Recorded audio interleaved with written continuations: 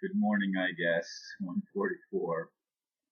I haven't been to sleep yet, for those of you that wondered. Saw my video that I made last night, my emergency video.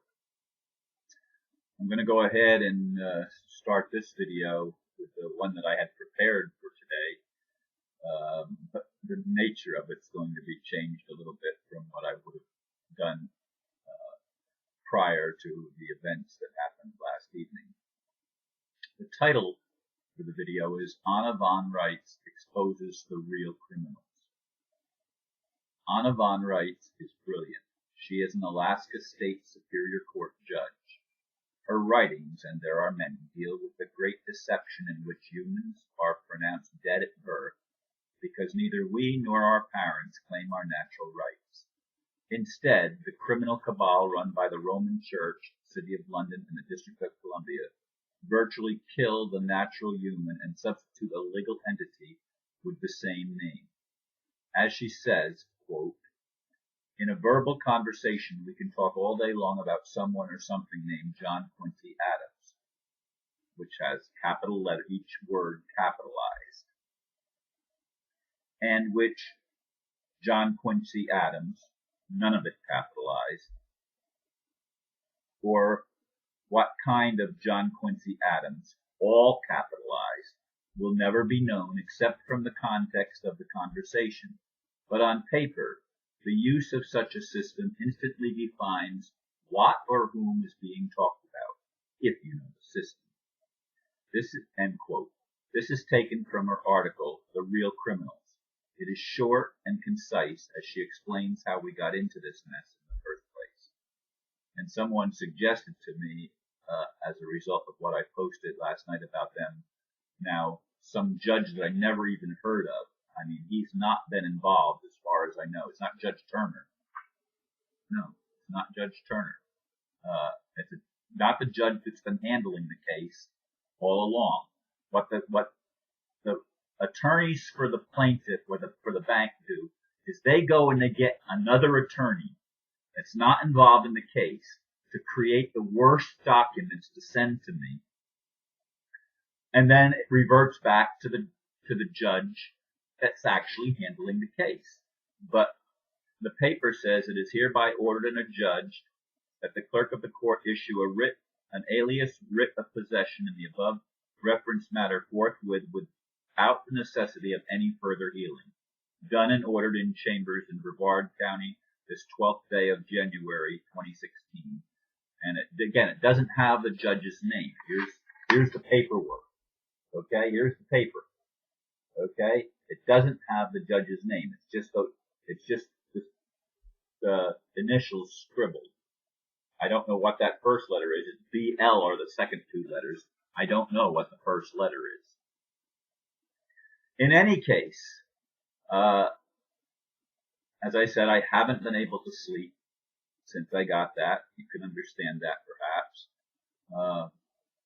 I hope to sleep at some point, but so far not. I did write a letter to Sheriff Ivy. By the way, Sheriff Ivy, if you want to contact him, he's going to be the one that has to execute the thing because I live in the county. I don't live in the city of Melbourne. I live in the county of Brevard. And his telephone number is 321-264-5201. And his email address is admin@bcso.us. That's Brevard County Sheriff's Office, bcso.us. And it's admin. And it's Sheriff Wayne Ivy is the man's name. And I emailed him, "Hello, Sheriff Ivy. I have contacted you previously, and friends have told me you are a constitutional sheriff. Now is where the rubber hits the road. Are you willing to uphold your oath of office and defend the Constitution against all enemies, foreign and domestic? On my way out this evening, and I have to go hear my son and his band, I received mail from my mailbox. I retrieved mail from my mailbox. There was a letter from the attorney I let go last month. It was a court document to take my home, signed by a judge I don't believe I ever dealt with in the past. This has been ongoing for 10.5 years. It never went to trial of any kind, certainly not a trial by jury, which I am guaranteed in the Constitution, Article 7 especially. As you may know or recall, I have been doing daily videos on YouTube and Facebook for over 5 years, except when I was having open heart surgery last year. I missed 2 weeks or less, and then I provide the link to my Facebook page. I am still not completely well from the ordeal, which needs to be taken into consideration along with my age, 69. I am attaching an unsigned affidavit that I sent you in the past. It was created last month for the National Liberty Alliance, of which I am a member. They are supposed to take my case in a common law court this month, though I don't know exactly how that will be handled. Of course, the original was filed with the local court at 10:41 a.m. on December 30th, 2015, and that was signed and notarized. Please keep me informed. I hope to be able to work peacefully with you and your staff, although I will not leave my home alive if anyone tries to take it unlawfully, which at this point would be unlawful. PNC Bank and their attorneys have violated my rights in trying to take my home, on which there was never a mortgage from day one. Again, see affidavit. Thank you sincerely, Ron Van Dyke, and I give my phone number. And I sent this to CBS News, which a friend actually contacted them, and I actually spoke to a representative of CBS News, and they have the affidavit, and they also have this, or copied this on this document that I sent. So hopefully the media will start picking this up, and I want my friends to stand with me and help me.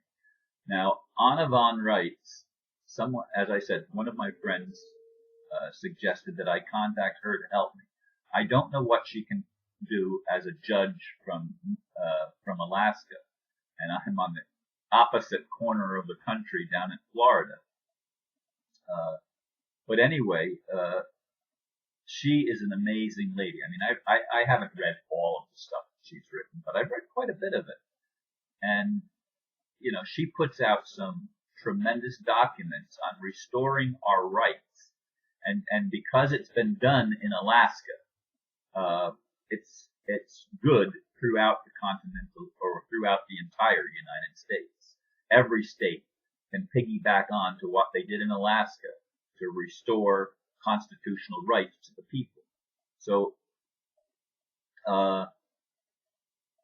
Anna is after the real criminals. So am I. And everybody that loves freedom needs to go after the criminals that have been acting unlawfully. And let me tell you, folks, the courts are privately operated, privately owned institutions for profit. They are not real courts. And judges do not even post a bond. They are acting totally unlawful, totally illegal, and we need to go after the judges, and we need to especially go after the attorneys that are taking people's homes, like, God, I'm sorry, I'm tired. I don't have the paper. Yes, I do. I have the names of the people. Of course I do. Kimberly Rosanka and Bruce Kaufman and Carla Fayordo. They're the three attorneys that have been trying to take my home. The Bruce guy, he just fills in for Carla Fayordo, who's I've never actually met her. She lives in South Florida, but he's the substitute lawyer that shows up in the hearings. And again, the court really doesn't even have jurisdiction over me because I'm a free man, and I have filed so many free man papers, so many affidavits stating who I am and what I am, that I'm not their all caps name.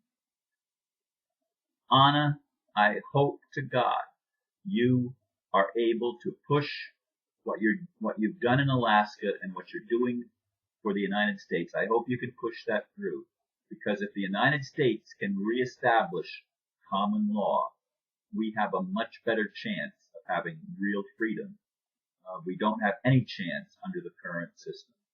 So I just want to say thank you, and hopefully somebody that actually knows you might make you aware of my situation.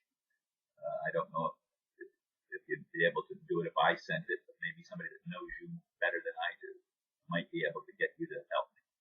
And anybody else out there that would like to be able to do something to help, please do. We've got to take the system back from these criminals, and they are criminals, real criminals. And I'm glad they're being exposed, and they need to be taken out and held accountable. They need to either repent or pay a stiff penalty. And because they have committed treason, the penalty for treason is death. Do you hear that, attorneys? Do you hear that? It's death. And you are deserving of it for the pain and the torture that you have put not just me, but so many through for so long. Thank you for listening.